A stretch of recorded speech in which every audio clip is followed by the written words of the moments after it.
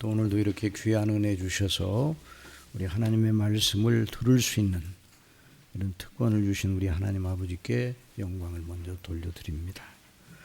어제 우리는 그리스도 안에 있는 우리를 향하신 성삼위 하나님의 영원한 보장에 대하여 공부를 하였습니다. 정말 이 보장은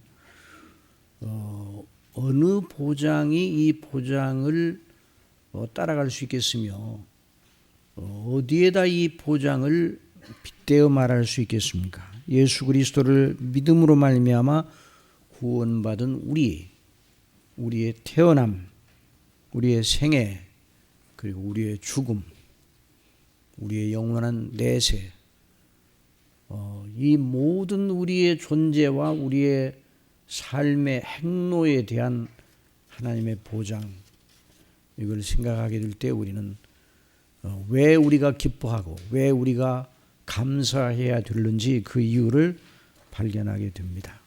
정말 그 보장은 사나 죽으나, 우리가 살아있을 때나 또는 죽을 때, 죽어서 하나님 앞에 영원히 설 때에 그 보장 때문에 우리는 당당하게 설 수 있는 것이죠. 세상이 아무리 요동하고 흔들려도 무너지지 않습니다. 마귀와 세상이 무장하여 우리를 그 하나님의 영원한 보장에서 떼어내려고 무진애를 쓰고 있어요.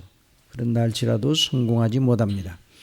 성부 하나님의 선택, 성자 예수 그리스도의 구속, 속량, 성령님의 인치심, 그리고 그 놀라우신 효력을 적용하는 이것이 끈이 되어서 우리를 하나님 성삼위 하나님께 단단히 묶어매어 있어요. 그러니까 이 끈을 누가 털쳐내서 우리를 하나님께로부터 떼어날 자가 어디 있겠습니까? 그래서 우리 예수님께서는 요한복음 10장에서 말씀해 주셨습니다. 다 같이 읽읍시다.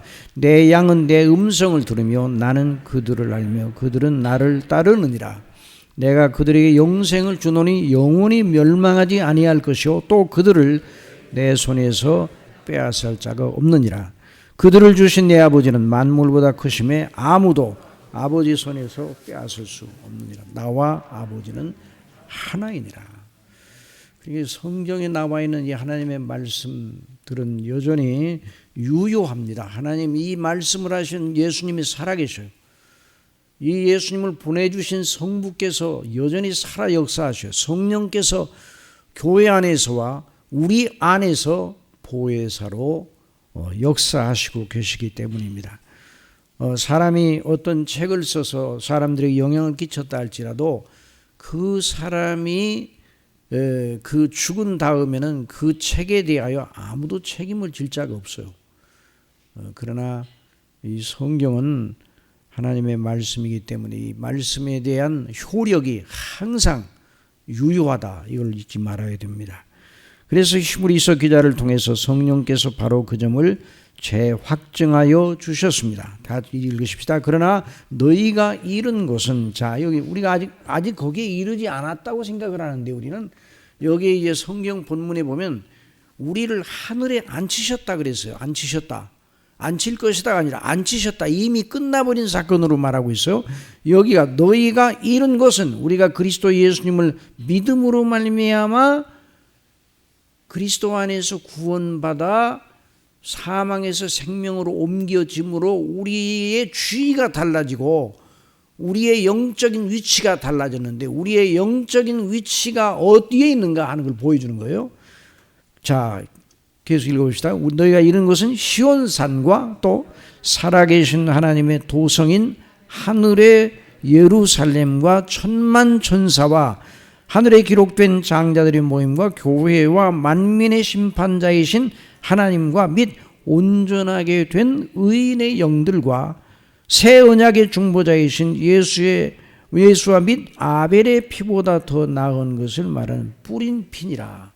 이것이 바로 우리 예수님을 믿음으로 말미암아 하나님 앞에서 우리가 누리게 되었고 그 권리를 확보하였고 우리의 영적인 위치가 그렇게 되었단 말이죠. 그러니까 우리가 예수 그리스도를 믿음으로 말미암아 사람이 예수님을 안 믿는 상태에서 예수님을 믿는 대로 옮겨질 때 그 변화가 얼마나 큰 것인가를 세상의 필설로 나타낼 수가 없어요. 참 놀라운 것이죠. 그래서 히브리서 기자는 말합니다. 너희는 삼가 말씀하신 일을 거역하지 말라. 땅에서 경고하신 일을 거역한 그들이 피하지 못하였거늘 하물며 하늘로부터 경고하신 일을 배반하는 우리일까 보냐. 그때는 그 소리가 땅을 진동하였거니와 이제는 약수가 이르시되 내가 또 한 번 땅만 아니라 하늘도 진동하리라 하시느니라. 또 한 번이라 하시면 진동하지 아니하는 것을 영존하게 하기 위하여 진동한 것들 곧 만드신 것들의 변동될 것을 나타냅니다. 다른 것들은 다 변동이 된단 말이에요. 다른 것들은 다 진동해, 다 움직여요.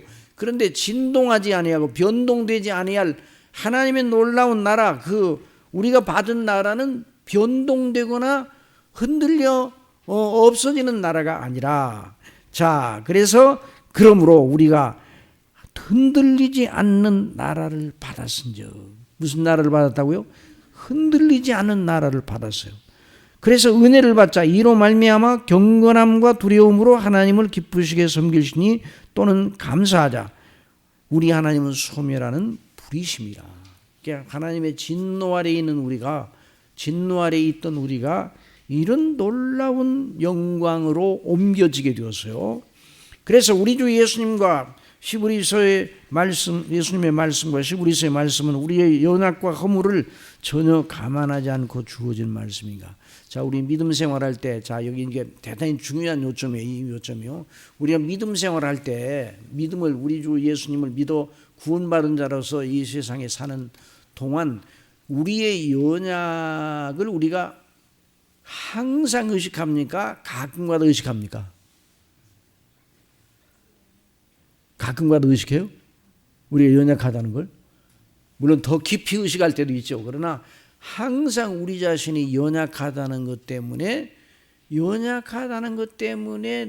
늘 자신이 없어요. 우리 자신이 그렇잖아요. 우리 자신이 늘 자신이 없어요. 하나님께서 성경에 말씀해 주셨는데 자신이 없어요. 담대함이 적어져요. 늘 주눅 들려 있는 것 같고 늘 자신이 없어요. 우리 연약 때문에.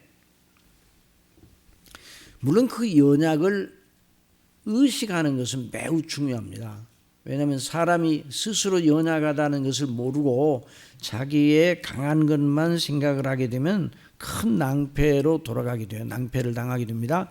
그러나 우리의 연약과 허물에 우리가 짓눌려서는 안 되는 거예요. 우리의 연약과 허물이 우리에게 있어요. 우리가 연약과 허물이 하나님 앞에 언제부터 알려졌는가? 영원 전부터 알려졌어요. 우리를 너무너무 잘 아셔요.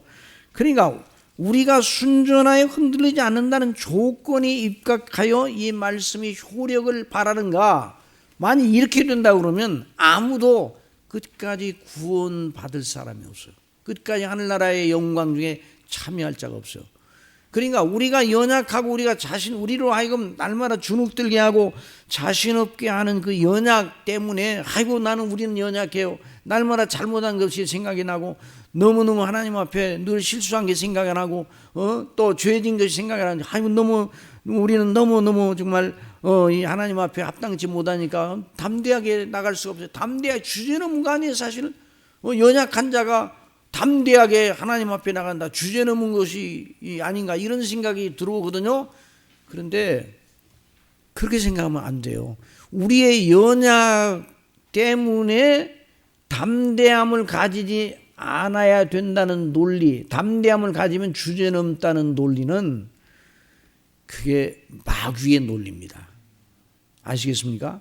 우리가 연약하기 때문에 하나님의 은혜가 필요한 것이고 그래서 하나님께서 그리스도 안에서 우리를 은혜로 온전히 은혜로 구원해 주신 거예요. 우리의 연약 때문에 우리를 구원이라는 말 자체 속에 우리의 점수는 몇 점이라는 거예요? 0점이에요. 0점. 그러니까 구원이라는 말 속에 우리는 무능한 자라는 것이 포함되어 있어요. 그러니까 무능하고 연약한 것 때문에 자신이 없어 한다 이러면 안 돼요. 무능하고 연약해도 하나님 앞에 당당히 나아감을 얻습니까? 얻지 않습니까? 얻죠. 우리 한 군데 더 찾아봅시다. 에베소서 3장 12절에 있는 말씀 찾아보세요. 자, 에베소 3장 12절 다 같이 한번 찾아서 한번 읽어보세요. 자, 에베소 3장 12절 시작. 우리가 그 안에서 그를 믿음으로 말미암아 담대함과, 우리 계획하는 게 담대함과 하나님께 어떻게 나간다고요? 당당히 나간다 그랬어요. 자, 이 말을 하는 사도 바울은 우리보다 의롭고 하나님 앞에 또 충성도 하고 순교의 제물로 받아들일 만한 이런 대단한 그런 요건이 있기 때문에 이렇게 당당히 나갔구나, 이렇게 생각하면 안 돼요. 사도 바울이 하나님 앞에 당당히 나아갈 수 있는 근거는 뭐예요? 근거가 뭡니까? 근거가 우리가 잘한 것이 아니에요.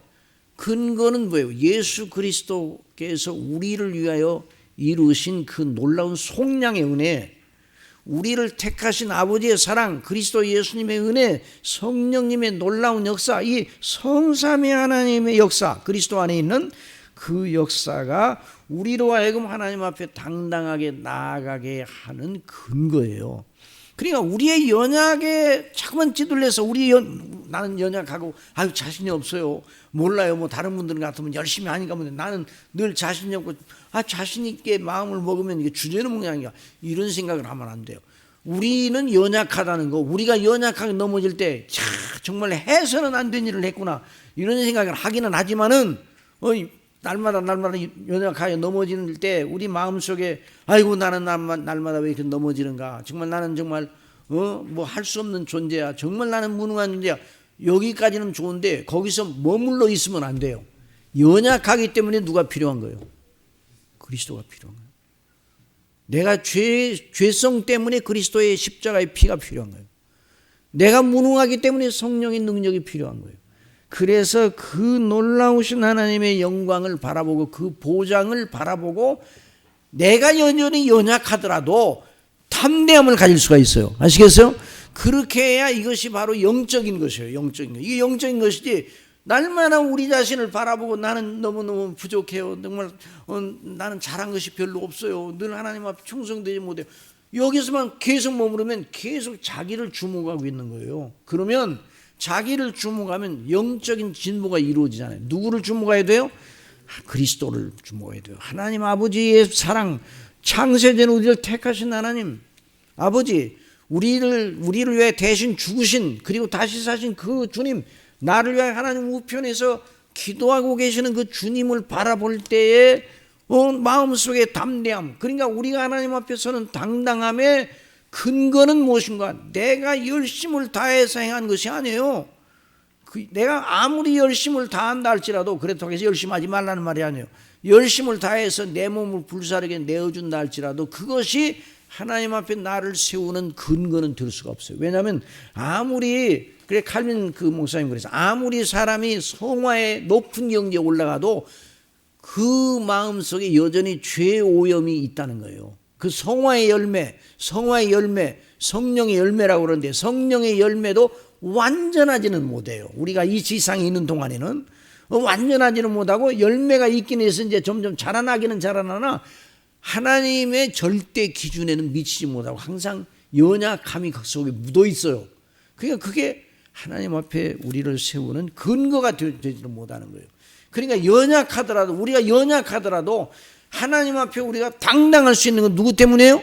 그리스도 때문에. 이걸 완전히 잊지 말아야 돼요. 그래서 그리스도인의 삶에 대해서 말하려면 삶의 문제를 직접 들어가면 안 되는 거예요. 세상의 그 인생론, 세상 사람들이 말하는 그런 그 윤리론이나 이런 도덕률은 사람을 직접, 늘 제가 말씀드린 사람을 직접 다루어요. 사람의 마음을 제대로 써라, 착하게 해야 돼, 착한 마음을 가져야 돼. 그래 사람을 연마. 그런데 성경은 사람을 연마용 하나님이 기뻐하는 사람을 만드는 게 아니에요. 사람을 구원해 내셔서, 죄 가운데 있는 사람을 구원해 내셔요. 어떻게 구원해 내셔? 그리스도께서 죽으심으로 옛사람을 죽이고 그리스도의 부활하심으로 말미암아 새 생명을 얻게 하셔서 그 사람으로 하나님을 기쁘시게 하는 삶을 살도록 이렇게 하시는 거예요. 그러니까 이 성경이 말하는 그리스도인의 삶은 나로부터 시작되는 게 아니라 누구로부터 시작돼요? 그리스도로부터 하나님으로부터 하나님 아버지의 택하심과 그리스도의 대속의 사랑하심과 성령님의 부어주심으로 거기서부터 출발해야 돼요. 그러니까 이게 믿음이에요. 믿음. 그 믿음이 먼저예요. 삶이 먼저예요. 어떻게 무엇을 믿을까가 무엇이 먼저입니까? 무엇을 행할까가 먼저입니까? 무엇을 믿을까가 먼저예요. 무엇을 행할까가 먼저가 아니라 이걸 언제나 잊지 말아요. 그래서 우리가 이 에베소서가 그걸 말하고 있어요. 하나님의 영원한 보장을 말하고 있어요. 그래서 이 보장은 영원 전부터 창세 전부터 영원까지 이루게 된단 말이에요. 우리의 됨됨이 이전에 성삼위 하나님의 완전하고 충분한 계획과 보장 속에서 우리의 영원한 복락이 확정되었어요. 우리의 영원한 복락이 그걸 확정해 놓고 우리를 향한 뜻을 이루어 나가시는 분이에요.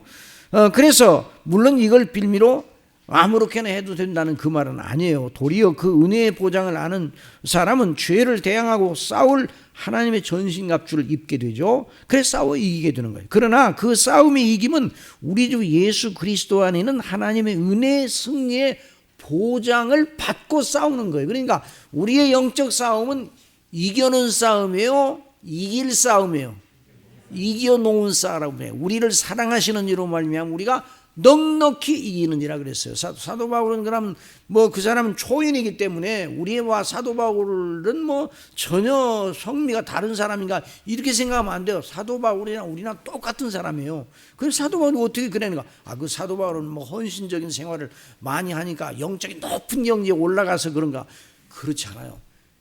성화의 높은 경지에 오른다 할지라도 그것이 다시 한번 말씀드리면 하나님 앞에 설 근거를 마련한 게 아니에요. 근거는 그리스도예요. 그리스도. 처음 믿는 그날 예수 그리스도가 그 사람이 근거가 되는 거예요.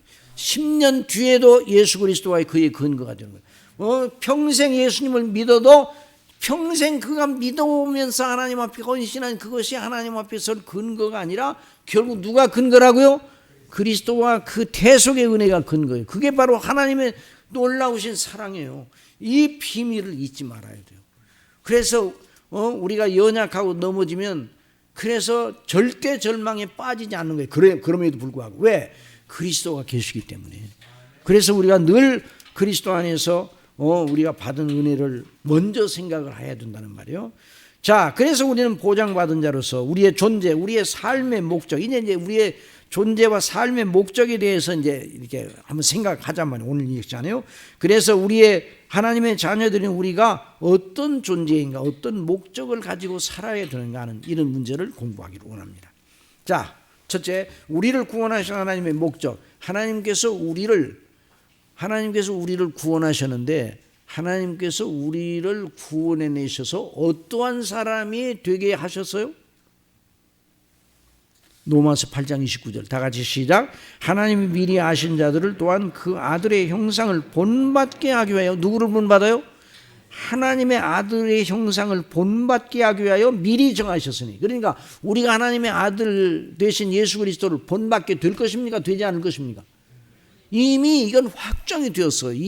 우리가 아무리 연약하고 부족하여도 그리스도의 형상을 본받는 자가 완전히 본받는 자가 된단 말이에요. 지금 우리의 형용, 우리의 형상, 우리 자신의 현재 상태는 아직도 그 그리스도의 장성한 분량에 이르려면 너무너무 멀었어요. 그런데 여전히 우리가 예수 그리스도를 믿음으로 말미암아 우리가 영생을 얻었는데 그 영생의 그 씨앗 속에 그리스도의 형상을 본받는 것이 들어있어요. 여러분 씨앗 속에 다 들어있죠. 씨앗 속에 그렇죠. 씨앗 속에 다 들어있어요. 씨앗 속에. 그게 어느 씨앗이냐에 따라서 그 씨에서 이런 것도 나오고 저런 것도 나오는 거예요. 참 그 하나님의 행사가 너무 묘하잖아요. 씨앗 하나를 다 받으면 그 속에 다 들어있어요. 그 씨앗이 나중에 우미 트고 자라나고 거기서 꽃이 피고 열매가 맺고 그 나무가 자라고 그런 놀라운 일이 그 씨앗으로부터. 그러니까 영생 우리가 씨앗으로 받은 그 씨앗 속에 그리스도의 형상을 본받는 것이 다 들어있어요. 그러니까 본받게 될 겁니까? 안 될 겁니까? 본받게 되죠. 여러분 새 새끼들 봐요. 새 새끼들 처음 알에서 깨어나면 그 모양이 볼품이 있습니까? 없습니까? 아이고 볼품이 없어요. 소음털 내가지고 빨개가지고 그냥 고개도 못 내고 그냥 그런데 이제 주둥이만 커. 하나님께 그렇게 만드죠. 주둥이는 노란 주둥이라서 어미새가 이제 아빠새 어미새가 먹이를 물어오면 언제 알고 말이에요. 저 날아오는 소리는 언제 알고 쫙쫙 벌려요. 그런데 나중에 크다 보면 어때요? 그 독수리 새끼를 봐요. 독수리 새끼, 아이고 독수리 새끼 어릴 때 보면 엉거주춤해. 아이고 모양이 털도 이상하고. 그런데 점점 자라면서 독수리의 위험이 갈기가 생기고 그 날개가 생기고 그 발이 이제 점점 독수리 발을 닮아가고 그 독수리 새끼 속에 어미의 형상이 들어있단 말이에요. 이걸 언제나 잊지 말아야 돼요. 그래서 우리를 형상을 본받게 하여 미리 정하셨다 이런 말씀이었어요. 이는 그로 많은 형제 중에서 맏아들이 되게 하리 하심이라. 자 30절 다 같이 시작.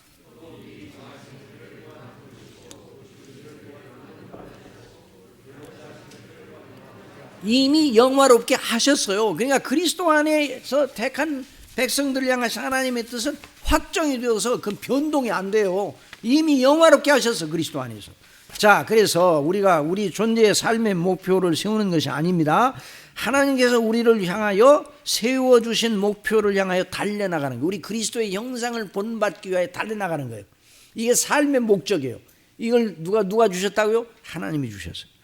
자, 그래서 그렇게 하나님께서 우리를 택하시고 구속하셔서 어떤 사람이 되게 하려 하시는가. 우리 이제 창세기, 이제 에베소서 1장 4절 다 같이 봅시다. 시작. 곧 창세전에 그리스도 안에서 우리를 택하사 우리로 사랑 안에서 그 앞에 거룩하고 흠이 없게 하시려고.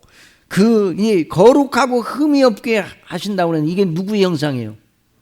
하나님 앞에 거룩하고 흠이 없는 형상이 누구 형상이에요? 그리스도의 형상이에요. 저와 여러분이 그리스도처럼 영화로운 존재가 된다. 이거 정말 가슴 떨리는 일이에요. 정말 너무너무 놀라운 그 말씀 아니에요? 그런데 그래서 하나님이 그런 사람으로 세우시려고 택하셨어요. 그 기쁘신데 우리를 예정하사 예수 그리스도로 말미암아 자기 아들들이 되게 하셨으니, 자 1장 6절 시작. 이는 그가 그래서 사랑하시는 자 안에서 우리에게 거저 주시는 바 그의 은혜의 영광을 찬송하게 하려는 것이라. 왜 하나님 우리를 구원하셨는가? 그리스도의 형상을 본받는 자가 되어 영원토록 하나님의 은혜의 영광을 찬송하는 자가 되게 하시려고 우리를 그렇게 택하셨어요. 그래서 오늘 읽은 말씀이 다 그 얘기를 하잖아요. 자 1장 11절 그 그리스도께서 우리를 대속하신 목적이 여기 나와 있어요. 자 11절 다 같이 시작. 모든 일을 그의 뜻의 결정대로 일하시는 이의 계획을 따라 우리가 예정을 입어 그 안에서 기업이 되었으니 이는 우리가 그리스도 안에서 전부터 바라던 그의 영광의 찬송이 되게 하리라 하심이라. 이게 하나님이 우리를 향하여 가지신 목적이에요. 그러니까 우리가 하나님의 은혜의 영광의 찬송이 되게 하려 하십니다. 또 성령께서 우리 속에 역사하시는데 1장 13절 14절 다 같이 봅시다. 그 안에서 너희도 진리의 말씀 곧 너희의 구원의 복음을 듣고 그 안에서 또한 믿어 약속의 성령으로 인치심을 받았으니 이는 왜냐하면 그 말이에요. 이는 우리의 기업의 보증이 되사 그 얻으신 것을 속량하시고 그의 영광을 찬송하게 하려 하심이라 그랬어. 그러니까 우리 구원받은 사람들의 삶의 목적이 무엇인가? 결국 우리의 삶을 통해 하나님의 은혜의 영광이 드러나게 하는 것이 삶의 목적이에요. 자, 우리가 그러니까 너무너무 놀라운 일이죠. 우리가 이 지상에 있는 동안 또는 하나님 앞에 가서도 하나님이 우리에게 주신 은혜가 너무 놀랍고 크다 하는 것을 늘 나타내고 천사들 앞에서 모든 피조물 앞에서 그리스도의 영광을 하나님의 영광을 성령님의 영광을 성삼위의 영광을 높이고 찬미하기 위해서 우리가 존재하는 거예요. 우리가 존재하는 목적이 그걸 잊어서는 안 돼요. 자, 그래서 이사야를 통해서 이미 그 이사야 선지를 통해서 그 예수님이 오시기 전에 800년 전에 이 말씀을 하셨어요. 다 같이 봅시다. 시작. 내 이름으로 불려지는 모든 자 곧 내가 내 영광을 위하여 창조한 자를 오게 하라. 그를 내가 지었고 그를 내가 만들었느니라 그랬어요. 그래서 이사야서 43장 1절을 한번 띄워주세요. 1절. 아까 우리 읽었었는데 1절 이사야 43장 1절 거기 한번 보세요. 거기 있죠. 이사야 그 팜플렛에 있어. 자 거기 앞에 자 거기 한번 다 같이 시작. 야곱아 너를 창조하신 여호와께서 지금 말씀하시느니라. 이스라엘아 너를 지으신 이가 말씀하시느니라. 너는 두려워 말라. 내가 너를 구속하였고 내가 너를 지명하여 불렀는 너는 내 것이라 그랬어요. 내 것이라.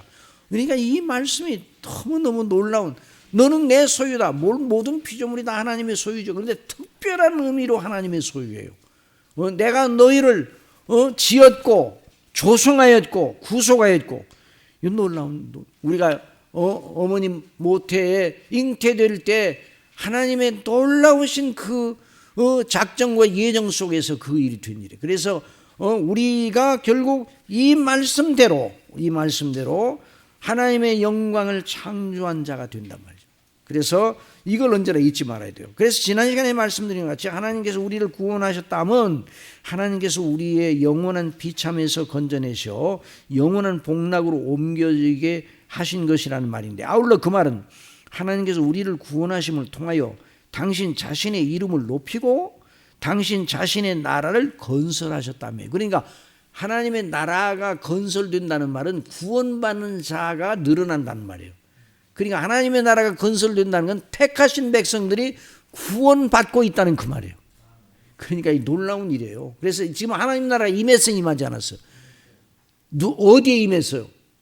우리 각자에게, 교회 안에, 우리 각자에게 임한 거예요. 그리스도를 믿는 믿음의 그 심령 속에 하나님 나라가 임한 거예요. 하나님의 교회가 현세적인 의미의 하나님의 나라의 그림자, 현세적인 의미의 하나님 나라의 형상이란 말이죠. 그래서 구원받음으로 하늘에 속한 모든 신령한 복을 받은 우리는 오직 하나님의 이름을 높이고 하나님 나라를 위하여 그 영광의 뜻을 위하여 존재하는 거예요. 그러니까 우리가 존재하는 건 하나님의 영광을 위해 존재하는 거예요. 여러분, 꽃 한 송이가 피었다 지는데, 꽃 한 송이가 피었다, 이 아름다운 꽃이 참, 우리 꽃이 참 수천 수만 가지잖아요. 하나님의 놀라운. 근데 왜 이 꽃이 이렇게 피는가? 꽃한테 물어봐요. 그럼 꽃이 뭐라고 대답해요? 성경에서 안 배웠어요. 모든 것이 누구의 이름을 위해서? 하나님의 이름, 그 영광, 그 꽃을 지으신 이의 이름과 영광을 드러내게 존재하는 거예요. 그러나 꽃은 몰라요. 생각이 없어요. 그냥 그 꽃이 피는 것으로 인하여 그냥 하나님께서 보시기에 좋으셨다 그랬어요. 하나님께서 보시기에 좋으셨다. 그래서 사람을 보고는 지극히 하나님께서 보시기에 좋으셨다 그랬어요. 그런데 택한 백성들이 그리스도의 형상대로 지음을 받아서 그리스도의 형상대로 이제 온전히 영화롭게 되어 하나님의 영광의 찬송이 될 때는 하나님의 영원한 기쁨의 이유가 된단 말이에요. 영원한 기쁨의 이유.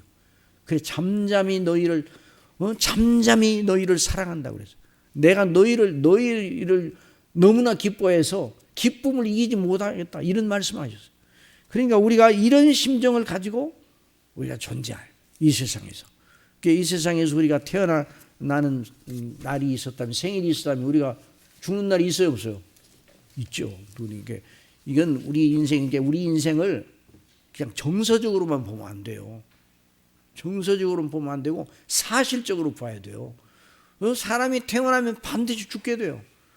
그런데 사람이 태어나서 이 세상에서 살며 죽는데 그 사람을 향하신 창조주 하나님의 뜻이 무엇이냐에 따라서 그 사람의 영원한 행동가 결정되는 거예요. 그런데 그리스도 예수님을 믿는 저와 여러분은 영원히 하나님 앞에 복된 자로, 하나님의 영광의 찬송으로 이렇게 해서, 그래서 천사들이 우리를 보면 하나님이 얼마나 위대하신 분인가를 영원토록 하나님을 높이게 된단 말이에요. 우리를 보면, 우리가 이 꽃을 보더라도 이야 정말 하나님의 솜씨가 놀랍다, 이런 걸 생각을 하잖아요. 그런데 우리가 영화롭게 되어 우리 같은 사람이 죄와 허물로 죽어서 정말 몹쓸 인생인데 영원히 지옥에서 고통을 받고 그 불못에서 그 영원히 그 하나님의 진노를 받아야 될 대상이던 우리가 그리스도의 영상을 본받아 영원히 하나님을 기뻐하는 사람이 된 것을 천사들이 보고 영원토록 찬미할 이유를 발견하는 거예요. 우리가 꽃을 보더라도 야, 이 꽃을 만드신 하나님, 이 미술품을 보더라도 야, 저런 미술품이 어떻게 저 사람의 그 속에서 나왔는가, 그 사람의 그 미술 솜씨를 높이잖아요. 대단하다 그러잖아요. 그런 것처럼 우리를 볼 때 천군 천사들이, 예?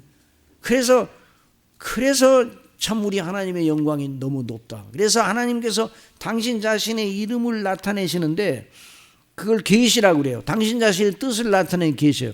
하나님께서 못 하시는 게 있어요.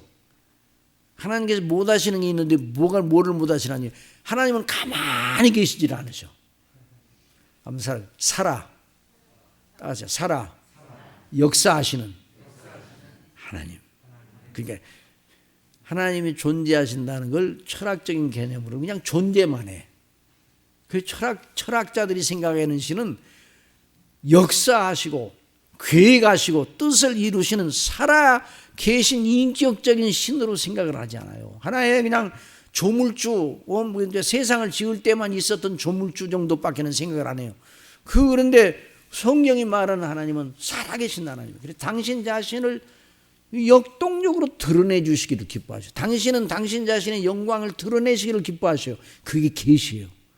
그래서 하나님의 계시의 방식. 자, 에베소 3장 8절에서 11절까지 읽읍시다. 자, 다 같이 시작. 모든 성도 중에 지극히 작은 자보다 더 작은 나에게 이 은혜를 주신 것은 측량할 수 없는 그리스도의 풍성함을 이방인에게 전하게 하시고 영원부터 만물을 창조하신 하나님 속에 감추었던 비밀의 경륜이 어떠한 걸 드러내려 하심이라. 이는 이제 교회로 말미암아 하늘에 있는 통치자들과 권세들에게 하나님의 각종 지혜를 알게 하려 하심이니 곧 영원부터 우리 주 그리스도 예수 안에서 예정하신 뜻대로 하신 것이라. 그러니까 하늘에 하나님을 모시고 있는 천사들도 하나님을 다 압니까? 조금밖에 모릅니다. 여러분, 하늘에 있는 천사들은 하나님을 압니까? 모릅니까? 어느 정도 알까요? 하나님께서 알려주신 것만큼만 알아요. 이걸 잊어서는 안 돼요. 늘 제가 이제 그런 말씀드리죠. 그 왕을 모시고 있는 상궁은, 지밀 상궁은 왕을 잘 압니까? 모릅니까? 알 듯도 하는데 그 왕의 마음을 다 합니까? 왕의 계획을 다 합니까? 몰라요. 그 상궁도 그 상궁에게 알려지도록 왕을 섬기는 데 필요한 그것만 알도록 더 이상 알려고 하면 안 돼. 그렇죠? 더 이상 알려고 하면 큰일 나요. 임금님하고 지금 어느 신하가 오늘 독대하러 왔는데 무슨 얘기를 하는가 옆에서 엿듣고 그러면 안 되는 거예요. 그럼 큰일 나는 거예요. 그러니까 이 세상의 그 권자도 그런데 하늘의 하나님, 보좌에 앉으신 아버지께서 어떤 뜻을 가지고 계신가를 천사들도 몰라요. 그래서 요한계시록 이제 우리 목사님 통해서 요한계시록 계속 이제 공부를 하잖아요. 그 말씀을 통해서 은혜를 받고 있는데 4장 5장에 가면 이제 그더 이제 목사님 통해서 밝히 드러낼 거예요. 그러니까 그 인몽된 책을 성부께서 가지고 계시는데 7인으로 된 책, 그 통치백서, 그 통치백서에 뭐가 들어있는가 아무도 몰라요. 누구만 알겠어요. 나중에 배워요. 누구만 알겠어요.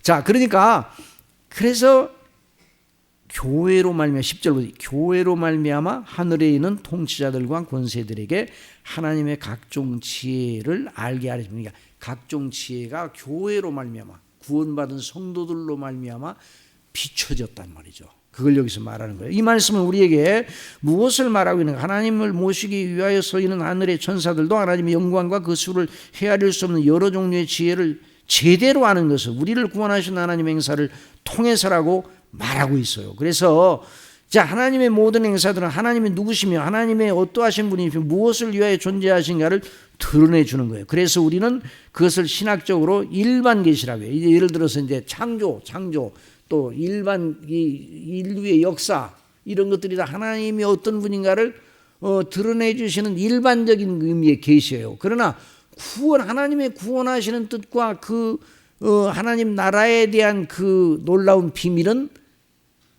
역사를 아무리 연구해도 잘 몰라요.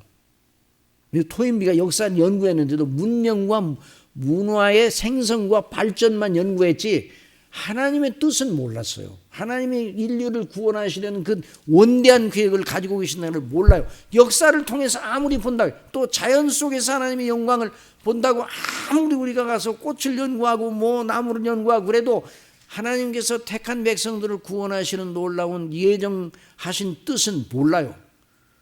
그 뜻을 알게 하시는 것이 바로 특별계시예요. 그래서 창세로부터, 자 1장 로마서 1장 20절 보세요. 다 같이 봅시다. 시작. 창세로부터 그의 보이지 않은 것들 곧 그의 영원하신 능력과 신성과 그가 만드신 만물에 분명히 보여 알려졌나니 그러므로 그들이 핑계하지 못할지니. 이게 일반 계시. 그리고 하나님께서 우리를 구원하시기 위한 모든 행사를 가리켜 성령께서는 성경에 새로운 창조로 표기하여 가지고, 그래서 이제 하나님의 자녀 될 사람들을 구원하실 뜻을 성경으로 계시해 주셨어요. 그래서 특별 계시요. 특별 계시 받은 사람이 여기 있으면 손 들어보세요. 어디 어느 교회 가서 했더니 목사님하고 장로님 두 분하고 권사님 한 분인가 그 다른 분들은 특별 계시 안 받았대요. 그래서 그 이제 어느 장로님한테 무슨 계시를 받으셨냐고 그랬더니 그 장로님이 성경이 특별 계시가 아닙니까? 정답이 정답. 그렇죠? 만약 그 장로님이 제가 꿈을 꿨거든요. 그럼 곤란한 거예요. 그건 특별 계시가 아니에요. 그러면 특별 계시라. 그건 그 꿈에서 무엇을 받았더라고. 그 사람 개인에게 관계되는 거지. 특별 계시는 모든 하나님의 백성들에게 다 공유될 수 있는 하나님의 특별한, 그래서 하나님의 그 영원한 창세전에 우리를 구원하시려고 택하셨고 그리스도를 보내셔서 그 아들을 보내서 십자가에 못 박혀 피를 흘리셔서 우리의 죄를 대속하시고 다시 사셨고, 이런 일, 성령께서 오셔서 택한 백성들을 거듭나게 하셔서 예수 그리스도를 믿어 구원받게 하신 이 놀라운 비밀에 대한 것은 성경을 통해서만 알려주셨어요. 그래서 우리가 이제 구약 통해서 우리가 출애굽기, 그게 하나님의 특별 계시에 관한 거예요. 특별 계시는 구약 출애굽기, 또 지금 사무엘 상하 우리 공부하는데 그것도 다윗의 개인 이야기 아니라 결국 다윗의 자손으로 오실 그리스도에 대한 스토리라는 걸 계속 우리가 듣고 있잖아요, 목사님 통해서. 그러니까 성경은 그리스도로 말미암아 구원받는 놀라운 하나님의 은혜의 그 길을 알려주시는 계시예요. 그래서 이제 에베소서 10장 2장 10절 다 같이 봅시다. 시작. 우리는 그의 만드신 바라 그리스도 예수 안에서 선한 일을 위하여 지으심을 받은 자니 이 일은 하나님의 전에 예비하사 우리로 그 가운데서 행하게 하려 하심이라. 또 우리가 에베소 4장 24절 하나님을 따라 의와 진리의 거룩함으로 지으심을 받은 새 사람을 입으라. 그러니까 새롭게 우리를 창조하셔서 일반 창조를 통해서 하나님의 그 영광과 신성과 그 능력을 보여주셨다면 우리를 구원하신 놀라운 그 일을 통해서는 하나님의 그 나라와 그 영광에 대해 영원한 그 나라에 대한 것을 계시해 주셨어요.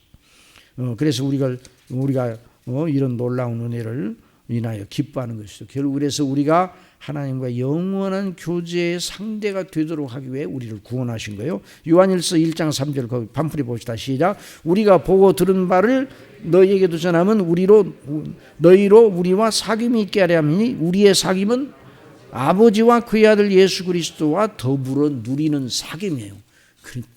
이 교제가 놀랍죠. 네? 자, 그리스도인의 하나님 자녀 의식과 누리니까 그리스도인인 우리가 어떤 의식이냐? 하나님의 자녀라는 의식. 그래서 자녀라는 의식을 우리 속에 충만하게 넣어주셔요. 성령께서. 자, 요한복음 1장 12절 영접하는 자 곧 그 이름을 믿는 자들에게는 하나님의 자녀가 되는 권세를 주셨으니 이는 혈통으로나 육정으로나 사람의 뜻으로 나지 아니하고 오직 하나님께로부터 난 자들이니라. 또 로마서 무릇 하나님의 영으로 인도함을 받는 사람은 곧 하나님의 아들이라. 너희는 다시 무서워하는 종의 영을 받지 아니하고 양자의 영을 받았으므로 우리가 아빠 아버지라고 부르짖느니라. 그래서 아빠 아버지라고 부르짖는데 이런 그 의식이 자녀의식이 충만해요. 자, 아버지와 아들 사이에 그 아들 사이는 언제나 아버지의 얼굴을 바라보며 그 아들이 그 자녀가 아버지의 얼굴을 바라보면 무슨 의식이 충만합니까? 우리 아버지라는 의식이 충만하죠. 아버지 의식이 충만해요. 그리고 그 아버지는 아들을 바라볼 때 내 아들이라는 의식이 그냥 바라만 보아도 좋아요. 그 의식이 충만하잖아요. 그래서 성령께서 우리 속에 하나님을 생각할 때 그냥 신이다, 신의 존재 뭐 이렇게 하잖아요. 그건 철학자들이나 믿지 않은 사람이나 신 어쩌고, 우리는 뭐 신이 하나님 신자니까 그렇게 써도 되지만은 우리는 하나님을 부를 때 그냥 부르지 않고 하나님 아버지라고 부릅니다. 우리 마음속에 그런 마음이 있어요, 없어요? 하나님 우리 아버지, 우리 하늘에 계신 우리 아버지, 이렇게 부른다면 이런 의식이 어떻게 생기는가? 성령님으로 말미암아 그런 자녀의식이 우리 속에 충만하겠는 거예요. 그래서 성령이 친히 우리 영과 더불어 우리가 하나님의 자녀인 걸 증언하시나니 17절 자녀이면 또한 상속자 곧 하나님의 상속자요 그리스도와 함께한 상속. 이 상속자라는 건 아버지의 기업을 물려받아 그 기업의 영광에 동참하는 걸 말하는 거예요. 그러니까 우리가 하나님 아버지의 나라를 상속받아 하나님 아버지의 나라 안에서 하나님 우리 주 예수 그리스도 성삼위 하나님을 왕으로 섬기고 그리고 그리스도와 함께 왕노릇하면서 천사들, 그 천사들 있잖아요. 그 천사들은 하나님의 자녀가 아니에요. 하나님의 자녀가 아니에요. 하나님의 아들들이 아니에요. 천사들은 부리는 영이에요. 부리는 일. 하나님의 심부름꾼들이에요. 그러니까 천사들이 지금은 우리가 천사들보다 못한 위치에 있어요. 지금 이 지상에 있는 동안은. 그러나 우리가 그리스도와 더불어 천사들보다 높은 주위에 있는 거예요. 자, 이런 진리는 정말 놀랍잖아요. 이것이 믿어질 때 천지가 개벽하는 거예요. 이것이 믿어질 때, 이것이 진실로 믿어질 때, 이게 진실이잖아요. 이 진실이 가리워져 있어 사람들에게. 그래서 성경에 써 있는 것이 진실인데 그 진실이 가려져 있어. 아니 이 성경을 믿지 않고 어떻게 인생을 말해요? 아니 창조주를 모르고 구속주를 모르고 어떻게 인생을 말하냐고요. 그런데 인생론을 쓴 사람들이 있어. 그건 정말 그건 참 그 이상한 일 아니에요? 그 인생론은 의미 없는 인생이에요. 그런 인생론은 아무짝에도 쓸모없는 인생론이에요. 제가 군대에 있을 때 은혜를 받고 나서 이제 군대를 가는데 제가 언제 말씀드리는가? 톨스토이의 인생론을 읽었어요. 군대에 있을 때. 읽었는데 제가 볼 때 아직도 멀었어. 성경 본문은 많이 인용을 했어. 또 마태복음 5장 6장에 나오는 말씀 그 산상수훈 많이 인용을 했는데 죄 가운데서 구원하신 하나님의 은혜의 영광에 대해서 말하는 것이 없어. 그런데 나중에 그 사람이 회심을 했어요. 그래 회심하기 전에 그걸 썼는가 봐. 회심하기 전에도 성경을 읽고 이것이 매우 중요하다는 것까지는 알았는데 나중에 회심하고 난 다음에 하나님의 영광을 위해서 사는 것이 우리의 존재의 목적이다. 그래서 그의 예술론이라는 책을 제가 책방에서 만나는데 그 예술론을 보니까 하나님의 영광을 위하지 않는 모든 예술 작품은 다 쓰레기다 이런 대목이 있더라고요. 이야, 하나님 은혜를 받으면 달라져요. 그러니까 그 인생론이 달라졌어. 근데 제가 군대에서 읽었던 톨스토이 인생론 아직 거듭나지 않았을 때 인생론인지 제가 볼 때 저 밑에 있어. 제가 더 높아. 그 사람 인생론보다. 왜? 누구를 지어놓으니까. 구속주를 의존하니까. 그래서 읽다가 내가 읽으면서 처음에서 이렇게 보다가 나중에는 이렇게 짜리보고 그냥 말았어. 별로 그래. 그런데 나중에 톨스토이가 그 그리스도를 영접하고 그래서 부활이라는 그런 작품이 다 그런 데서 나오는 거예요.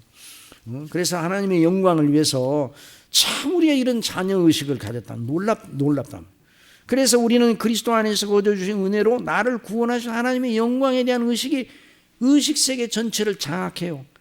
이게 간단해 보여. 나 같은 죄인이 그리스도 안에서 은혜를 받아 하나님의 자녀가 되어 구원받아 영생을 얻었다. 이게 간단한 말 같은데 간단한 말이 아니에요. 이게 너무너무 엄청난 말이란 말이에요. 매우 포괄적이고 높은 의식과 논리입니다. 사람이 자신을 연마해 수련의 깊은 정서에 들어간 사람이 이런 의식에 도달하겠어요? 도달하지 않아요. 그런 사람이 있다면 자기 의에 빠져 있는 사람이에요. 그래서 우리 사도 바울을 통해서 말씀해 주셨어요. 자, 로마서 10장 시작. 하나님의 의를 모르고 자기 의를 세우려고 힘써 하나님의 의에 복종하지 아니하느냐. 그러니까 우리를 바라보되 우리가 죄인이라는 것만 알기 위해서 바라봐야지 계속 우리를 바라보면 안 돼요. 계속 누구를 바라봐야 돼요? 그리스도를 바라봐요. 그리스도를. 그러므로 하나님의 은혜의 영광이 그 사람의 의식과 논리를 지배하는 사람, 그 사람이 거듭난 사람이에요. 그래서 예수님을 믿는 것을 절대적인 일로 여겨요? 선택 사양으로 여겨요? 절대적인 일로 여겨요. 선택하고 사양할 수 있는 문제가 아니에요. 고르는 여러 가지 중에서 제일 좋은 거 골라 예수님을 믿었다 이러면 그건 거듭나지 않은 사람이에요. 거듭난 사람은 예수님 외에 나의 길은 없다, 예수님 외에 영생 없고 예수님 외에 구원 없고 예수님 외에 어느 사람도 예수님 외에 진리를 아는 사람 없다, 이렇게 말해야 이게 거듭난 사람이에요. 근데 이제 국회에서 말이에요, 이 차별금지법을 통과시키려고 애를 쓴다는데 정신 나간 소리예요. 이제 설교자가 예수 그리스도만 구주십니다, 다른 모든 다른 것을 믿으면 구원 못 받습니다. 그러면 그거 가지고 그 법을 가지고 그 목사님이 이상한 그 차별금지법을 오겠다고 이렇게 고소를 하면 어떡할 거예요? 이게 말이 되는 거예요, 이게? 여러분, 하나님께서는 산과 골짜기 그리고 모든 피조물도 다 여러 가지 구별과 차이를 만들어 놓으셨어요. 근데 그걸 인위적으로 그걸 차별을 갖다 금지를 하게 되면 여러 가지 부작용이 생기는 거예요. 누가 그걸 만들었는지 정신 차려야 돼. 자, 그래서 그 하나님의 은혜의 영광이 논리를 지배하는 사람, 그래서 예수 그리스도를 믿을 절대적인 이유를 가진 사람이야. 누가 너에게 소망에 관한 이유를 묻는 자에게 있거든 온유함으로 대답할 말을 준비하라고 그랬어. 예? 우리가 예수 그리스도를 믿는 이 이치가 합리적이에요, 비합리적이에요? 절대 합리예요. 절대 합리. 절대로 이치가 아주 정연한 논리예요. 그런데 이 논리를 딸마나 우리가 하나님의 말씀을 통해서 듣고 몇 번 들어야 돼요? 1000번도 들어요. 여러분, 목사님이 주일마다 설교하는 것이 또 들었던 얘기입니까? 예전에 들었던 얘기입니까? 처음 듣는 얘기입니까? 계속 들었던 얘기예요. 2000년간 하나님의 강단을 통해 계속 전파된 말씀이에요. 누가 전하든지 성경을 강론하면, 제대로 전하면 그 설교나 똑같은 거예요. 그런데 성령께서 역사하실 때는 어떤 역사가 일어나요? 맨날 듣던 말씀인데 오늘은 왜 이렇게 내 마음을 그 말씀이 찢고 내 마음을 이렇게 서리게 만드는지, 그래서 그 말씀이 그 심령 속에 아주 역사한단 말이죠. 이 성령께 역사하실 때. 그래서 우리가 예수 그리스도를 성령님으로 말미암아 믿게 돼서 예수님을 믿는 게 절대 원리가 된 거예요. 이것만 알고 오늘 끝나도 사실은 오늘 여러분들이 이 저녁에 나온 정말 아주 큰 가치를 만나게 된 거예요. 그래서 여러분들 이걸 잊지 말아야 돼요. 그래서 오늘도 내일도 언제든지 다 마찬가지예요. 이 논리를 우리가 배우는 거예요. 자, 그래서 그다음 넘겨보세요. 그런데 나는 그리스도 안에서 구원받은 하나님의 자녀다는 이 의식 속에 오늘도 이제 반이면 다 끝날 테니까 걱정하지 마세요. 30분이 끝날 테니까. 자, 이 논리 속에 이 논리가 그리스도 안에 있는 사람의 그 신적 기원, 하나님께 기원을 가진 그 거룩한 의식과 논리를 분석해 보잔 말이죠. 이 논리는 예수 그리스도를 믿어야 할 절대 이유를 가지고 있고, 나는 정말 은혜로 구원받았다는 이 논리는 나는 죄인 중에 괴수라는 논리예요. 죄인 중에 괴수가 누굽니까? 언제 물어보니까 사도 바울이라고 대답하던데. 그것도 맞아요. 성경적이요. 또 우리 교회에서 죄인 중에 괴수가 누구냐 그러니까 저를 보고 목사님 그런 분이 있더라고요. 그것도 맞아요. 성경적이에요. 여러분들은 맞아요. 우리가 다 죄인 중에, 나는 죄인 중에 괴수라는 의식을 가지고 있어. 사람이 거듭나게 되면 나처럼 큰 죄인이 없는 것처럼 여겨지는 거예요. 근데 나는 죄인은 죄인이지만 그래도 내 죄인과 저 죄인은 좀 다르다. 내 죄인은 골든 시너고 영어로 저 사람은 아주 브론즈 시너다. 그렇게 하면 안 돼요. 아시겠어요? 내가 0점인데 나의 0점은 골든 0점이고 골든 제로고 저 사람의 제로는 그건 브론즈 동메달 제로다 그렇게 생각하면 안 돼. 동메달 0점 그렇게 하면 안 돼요. 똑같이 우리는 하나님 앞에 아무것도 자랑할 것 없는 죄인 중에 괴수예요. 누가 죄인 중에 괴수라고요? 내가 죄인 중에 괴수요. 그러니까 내가 구원받았다는 그 의식 속에 그 의식이 있어요. 그러니까 사도 바울이 말이야. 그러니까 사도 바울이 제대로 대답했어요. 죄인 중에 괴수라고. 자, 디모데전서 1장 15절 시작. 미보다 모든 사람이 받을 만한 이 말이요. 그리스도 예수께서 죄인을 구원하시려고 세상에 임하셨다 하였도다. 죄인 중에 괴수가? 내가 죄인 중에 괴수다. 이것이 사도 바울만 가진 것이 아니라 모든 사람들이 가져야 되는 거예요.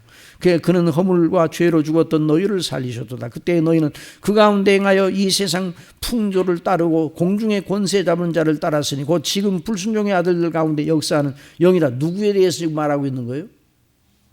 여기 누구에 대해서 말하고 있느냐는 거예요. 이 말씀이 지금 누구에 대해서 말하고 있느냐고요, 여러분. 얼른 대답해야죠. 누구에 대해서 말하고 있어, 이게? 우리 자신에 대해서 말하고 있어. 그래서 성경을 읽어보면, 내 얘기가 성경에 가득 써 있어. 나 얘기야, 내 얘기. 자, 그 출애굽기를 보면 이스라엘 사람들이 정말 나쁜 사람들인 줄 내 출애굽기를 읽고 알았어. 그런데 은혜 받은 다음에는 그 출애굽기에 나오는 그 나쁜 사람들이 바로 나구만. 애굽 땅 종되었던 집에서 건져냈는데 광야에서 어려움 겪을 때마다 어디서 그런 말을 배우는지 애굽에 매장지가 없어서 광야에서 우리를 죽게 하는 거 날마다 그 얘기를 했어요. 그 사람들이 너무 이거 배운 만두 같은 사람. 나중에 알고 보니까 누구예요? 우리 자신이요. 그래 우리가 받은 은혜. 그래 나는 언제나 죄인 중에 괴수다. 이런 의식이 구원받은 사람 속에 있는 거예요. 자, 전에는 우리도 다 그 가운데서 우리 육체의 욕심을 따라 지내며 육체의 마음에 원하는 것 다른 이들과 같이 본질상 진노의 자녀였더니 그러므로 그리스도인은 지상에 있는 동안 자기 자신에 대하여 자랑할 것이 하나도 없다는 의식을 항상 가지고 있어요. 자랑할 게 있어 없어 우리가? 뭘 자랑해요 우리가? 자랑할 것처럼 생각이 되면 지금 잘못하고 있는 거예요. 자, 우리가 하나님의 부르심을 받아 하나님 아버지의 영원한 집에 가서는 그 의식을 버릴까요? 천국에 가서는 우리가 죄인 중에 괴수라는 의식이 이제 버려질까요? 여전히 있을까요? 잘 생각해요. 나는 이제는 의인이 되었구나. 나는 의인 중에 의인이다. 이런 생각으로 충만하겠죠. 천국에서는? 그럴 거예요? 안 그럴 거예요? 한번 잘 생각해 봐요. 이거 심각한 문제인데. 나는 지금 여기 있다는 나는 죄인 중에 계시면 하늘에 가서 영화롭게 된 다음에는 나는 의인 중에 의인이다 이런 생각으로 충만하겠냐고요. 여전히 나는 본래 죄인 중에 죄인이었다는 의식으로 충만한 거예요. 하늘에서도 더 확실하게. 그런데 내가 이 영광을 알았으니 나 같은 존재가 이런 존재가 됐으니 그러니까 하나님의 은혜의 영광을 높이는 것밖에는 나에게 남은 것이 없구나 이런 생각이 드는 거예요. 그래서 요한계시록 4장 10절 거기 있는 말씀 보세요.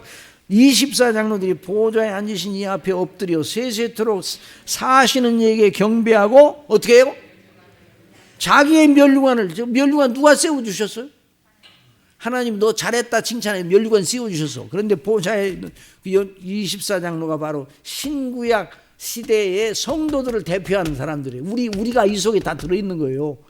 그런데 면류관 보좌 앞에 면류관을 써 잘했다 칭찬해서 면류관을 씌워주는데 보좌 앞에다가 왜 던져요? 왜 던져요? 이 면류관이 뭡니까? 금관을 세워줘야지 이런 의미로 던져요? 면류관 가시 면류관은 우리 풀로 만드는 거잖아요. 그런 의미로 던지는 거예요? 아니에요. 뭐예요? 우리가 쓸 그런 아무런 자격이 없고요. 우리는 죄인 중에 괴수였는데 하나님 앞에서 우리가 잘했다고 뭘 우리한테 세웠나 우리는 받을 자격이 없습니다. 그래서 하늘에서는 계속 하나님이 세워주시고 계속 벗고 하나님이 세워주시고 바로 그런 곳이 하늘나라. 그 의식 속에. 그러니까 우리는 죄인 중에 괴수라는 의식이 어디까지 가는 거예요? 영원까지 가는 거예요. 아니 나 같은 존재가 어떻게 이 영광을 안게 되었는가. 그러니까 날마다 하나님의 은혜의 영광을 찬미하죠. 나를 위하여 택하신 하나님, 나를 위하여 죽으신 그 어린 양 되신 예수님을 요한계시록에 봐요. 그래서 새 노래를 그 노래 요한계시록 14장에 보면 새 노래, 모세의 노래, 그 노래는 구속받은 자밖에 모르는 노래라고 했어요. 그 노래 악보가 되게 어려운가 봐. 그래서 그래요? 그런 게 아니에요. 그 노래를 제대로 심령으로 부를 사람은 나 같은 죄인이 그리스도의 피로 하나님 아버지의 이 놀라운 사랑 가운데 그리스도의 피로 구원받았다, 이걸 생각하면 그 노래를 부를 수가 있는 거예요. 그러니까 하나님의 은혜의 영광을 찬미하는 거예요. 하나님 은혜의 영광, 그걸 우리가 잊어서는 안 돼요. 그게 우리가 언제나 그리스도밖에는 자랑, 오직 하나님의 은혜밖에는 없어요. 그래서 자 거기 봅시다. 네, 10분밖에 안 남았네. 중간에 끝내도 아무 지장이 없어요. 왜 그런 거 아니? 그 얘기가 그 얘기인데 그 얘기가 그 얘기요. 그런데 그 얘기가 놀라운 얘기요. 언제나 예수 성경 말씀은, 하나님의 말씀은 날마다 그래요. 뭐가 또 새로운, 아이고 목사님 맨날 요한복음 3장 16절밖에 몰라요. 그런 어느 설교자가 그렇게 한다 할지라도 요한복음 3장 16절은 만 번을 들어도 좋아요. 그런데 어떤 사람이 아이고 만 번을 들었는데, 만 번이야 10번 들었는데 아주 싫으네 그러면요, 그냥만 영적 병원에 가야 돼. 밥맛이 없으면 영적 병원에 가야 돼. 그런 것처럼 우리 하나님의 은혜란 말이에요. 그래서 여기 보면, 자 여기 보면요, 그러면 그리스도인의 그런 자의식은 오직 그리스도 안에서 거저 주시는 은혜로 구원하신 하나님 은혜의 영광을 높이고 높이는 큰 반작용으로 이어져요. 그래서 그 요점 매우 분명한, 만일 내가 죄인이여 스스로 하나님 앞에서 쓸모없다 여기고 그 사실에 창념하여 더 나아가지 못하고 슬퍼만 하고 있어서는 안 된다는 걸 배웠죠. 그러면 그건 큰 영성의 표지는 아니에요. 그건 여전히 내게 스스로 의를 쌓으려는 의식에 사로잡히는 거죠. 그런데 내가 여전히 죄인이라는 의식을 가지고 있으나 나 같은 죄인을 구원하시는 하나님의 은혜의 영광이 놀랍다, 여기까지 나가야 되는 거예요. 자, 그래서 성령님으로 말미암아 거듭나 참으로 자신의 죄인됨을 아는 사람은 누구인가? 하나님의 긍휼의 완전한 표현인 예수 그리스도 그 속량의 은혜 십자가의 도를 믿을 절대 이유를 가지고 있는 사람이에요. 그래서 그는 자기 구원을 위하여 그리스도의 품으로 뛰어들되 마치 옛적에 나물 오살 사람이 도피성으로 피하여 달아나는 것처럼, 나물 본의 아니게 뭐 작업을 하다 도끼가 빠져 죽었어. 그러면 어떻게 해야 돼? 그 사람 도피성으로 뛰어가야 돼요. 그 사람을 쫓아오는 사람이 있을 수가 있어요. 도피성 빨리 뛰어가는. 그 도피성을 뛰어가는데 노크를 어떻게 하겠어? 그 문 앞에 가서 노크를 딱딱 하겠어요? 침범을 하겠어? 침범을 하지. 여기 침범이라는 건 저돌적으로 뛰어드는 걸 말하는 거예요. 그러니까 거듭난 사람은 예수님을 믿되 어떻게 믿는 거 아니? 저돌적으로 믿는 거예요.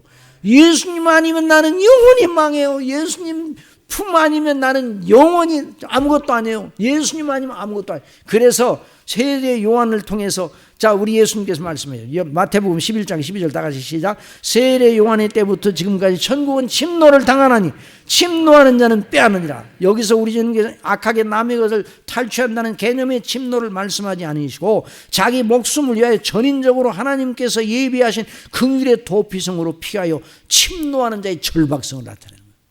그러니까 우리가 예수님을 믿되 정말 저돌적으로 믿어요. 어떻게 믿으라고요? 예수님 아니면 절대로 우리는 망한다는 걸 알고 예수님이 나의 생명, 나의 길이요, 나의 전부요, 이렇게 믿어야 돼요. 그래서 하나밖에 모르는 사람이에요. 이 사람은. 그래 이미 구원을 받았잖아요. 이 사람은 어떻게 되는 거예요? 자 빌립보서 1장 20절 이하가 사도 바울을 통해서 우리가 다 견지해야 될 그런 자 우리 삶이라는 게 뭐예요? 삶. 자 이제 시간 얼마 안 남았으니까 이제 자 삶이라는 게 뭐예요? 자, 제가 이게 물을 마시면 이게 삶이에요, 삶이 아니에요? 내가 이게 물을 마시면 삶이에요, 삶이 아니에요? 삶이 아니에요. 그건 물 마시는 거예요, 그냥. 그러면 동물도 물 마셔야 안 마셔요. 그러니까 동물도 삶을 살겠네. 돼지의 삶 그래요? 돼지의 삶. 돼지의 인생을 얘기해? 그는 삶이라고 말할 때는 가치관이 들어있는 거예요. 그 마음이 어떤 생각을 하는가, 무엇을 목적으로 하는가, 어떤 걸 귀하게 여기는가, 가치관이 그 속에 들어있는가, 의미를 부여하는 게 들어있는 거예요. 제가 이 물을 마시면서 먹든지 마시든지 하나님의 영광을 위하여 한다 그러면 삶이 아니에요. 삶이 되는 거예요. 그래서 사도 바울이 뭐라고 그랬는가? 내가 사는 것은 내가 사는 것이 아니오 내 속에 계신 그리스도께 사신 것이니 내가 육체 가운데 사는 건 나를 위하여 나를 사랑하사 자기 몸을 나를 위하여 버리신 하나님의 아들을 믿는 믿음 안에서 사는 것이라고 그랬어요. 그러니까 우리의 삶이 믿음과 분리된 게 아니에요. 믿음의 연장이 삶이에요. 언제 우리 교회에서 어떤 분이 그러더라고요. 목사님 이제 믿어야 될 것만 맨날 배우니까 그냥 그래요. 어떻게 살아야 하는 것 좀 가르쳐 주세요. 그래서 제가 그랬어요. 그렇게 믿어 믿는 대로 행하는 게 삶이에요. 믿는 대로 행하는 게, 아시겠어요? 믿는 대로 무엇을 하든지 먹든지 마시든지 무엇을 하나님의 영광을 위해 살아. 그래서 늘 하나님의 은혜의 영광을, 자 거기 아까 우리 빌립보서 읽으려고 말았나? 자 빌립보서 1장 20절 다 같이 보세요. 시작. 나의 간절한 기대와 소망을 따라 아무 일이든지 부끄러워하지 아니하고 지금도 전과 같이 온전히 담대하여 살든지 죽든지 내 몸에서 그리스도가 존귀 되게 하는, 이게 삶의 목적 가치예요. 자 21절 너무 지나쳐. 이 말씀은 다 같이 시작. 이는 내게 사는 것이 그리스도니 죽는 것도 유익합니다. 너무 지나쳐? 아니요. 그분이 우리를 위하여 그렇게 하셨어요. 그래서 사도 바울은 고린도전서 2장 1절에 형제들아 내가 너에게 나가 하나님의 증거를 전할 때 말과 지혜의 아름다운 것으로 아니하는 내가 너희 중에서 예수 그리스도와 그의 십자가에 못 박힌 것 외에는 아무것도 알지 아니하기로 작정하였습니다. 그래서 늘 은혜의 영광. 자 고린도전서 15장 10절 시작. 그러나 내가 나 된 것은 하나님의 은혜로 된 것이니 내게 주신 그의 은혜가 헛되지 아니한 내가 모든 사람 사도보다 더 많이 수고해서 내가 한 것이 아니오 오직 나와 함께 하신 하나님의 은혜로. 그래서 그 사람은 하나님의 은혜에 붙잡힌 사람, 하나님의 사랑에 붙잡힌 사람. 자 거기 요한 복음 3장 16절은 너무 우리가 잘 알죠. 시작. 하나님의 세상을 이처럼 사랑하사 독생자를 주셨으니 이는 그를 믿는 자마다 멸망하지 않고 영생을 얻게 하려 하십니다. 또 그 다음에 고린도후서 5장 10절 시작. 우리가 만일 미쳤어도 하나님을 위한 것이요 정신이 온전하여도 너희를 위한 것이. 우리는 미친 사람이 누구한테 미친 사람이에요? 예수님한테 미친 사람이에요. 우리는 예수님께 미친, 좋은 의미로. 어디 한 가지 미친다면 한 가지에 전인을 드렸다는 말 아니에요? 그 사람 어떤 분야에 미친 사람이다 그러면 전인을 드렸다는 거예요. 전인을. 그게 놀라운 일이에요. 그 어떤 학문 분야에도 어떤 전인을 들였다. 열심히 하면 그러면 그 분야의 전문가가 되잖아요. 그 사람이 그 공부하느라고 자기 모든 시간과 모든 에너지를 다 쏟아가 공부하니까 그 왜 그렇게 공부하냐? 너무 재밌다는 거예요. 그런데 우리 삶에도 그리스도께 미쳐야 돼요. 미쳐서도 그러니까 하나님의 사랑이 놀라운 그 사랑이 우리를 강권하신다고 그랬어요. 자 5장 14절 시작. 그리스도의 사랑이 우리를 강권하시는도다. 우리가 생각한 한 사람이 모든 사람을 대신하여 죽었은데 모든 사람이 죽은 것이라 그랬어요. 그러니 자 같이 읽읍시다. 시작. 누가 우리를 그리스도의 사랑에서 끊으리요? 환난이나 곤고나 박해나 기근이나 적신이나 위험이나 칼이라 기록된 바 우리가 종일 주를 위하여 죽임을 당케되며 도사를 양같이 여김을 받았나이다 함과 같으니라.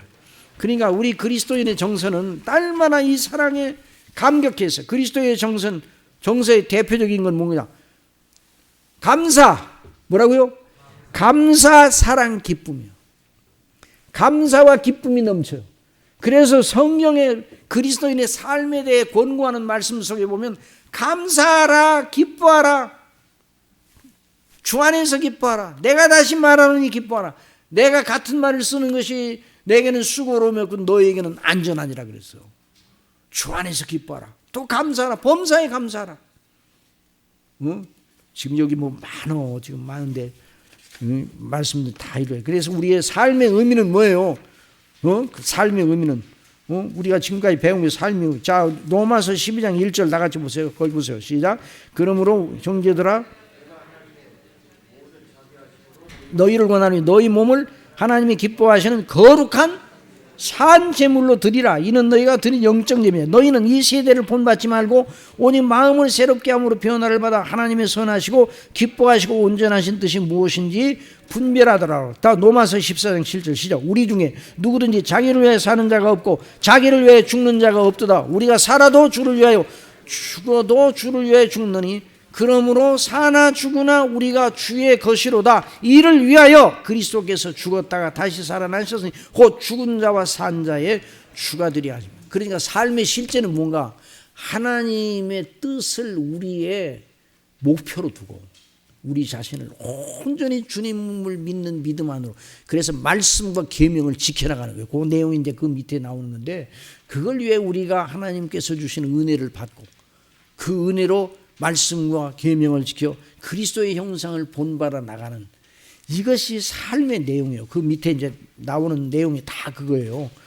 그래서 이제 시간이 이제 다 지나가서, 그러니까 우리는 나는 죄인 중에 괴수였는데 나 같은 죄인을 하나님께서 영원 전부터 아시고 택하시고 사랑하셔서 그리스도께서 나를 위하여 십자가를 지셨고 그 피로 내 죄를 씻으셨고 그 의로 나를 의롭다 하시고 하나님의 영원한 나라를 상속하는 이런 자녀로 세워주셨다니, 이 은혜의 영광을 위하여, 하나님의 은혜의 영광을 위하여 내가 영원토록 이 지상에 있는 동안에 말할 필요가 없고 영원토록 그런 찬미할 존재가 되었는데, 내가 이 땅에 있는 동안에, 숨쉬고 있는 동안에 우리에게 주어진 시간, 우리에게 주어진 그 모든 여건과 좋은 것 다 우리 하나님께서 우리에게 은사를 주시기 위해서 청지기냐, 청지기.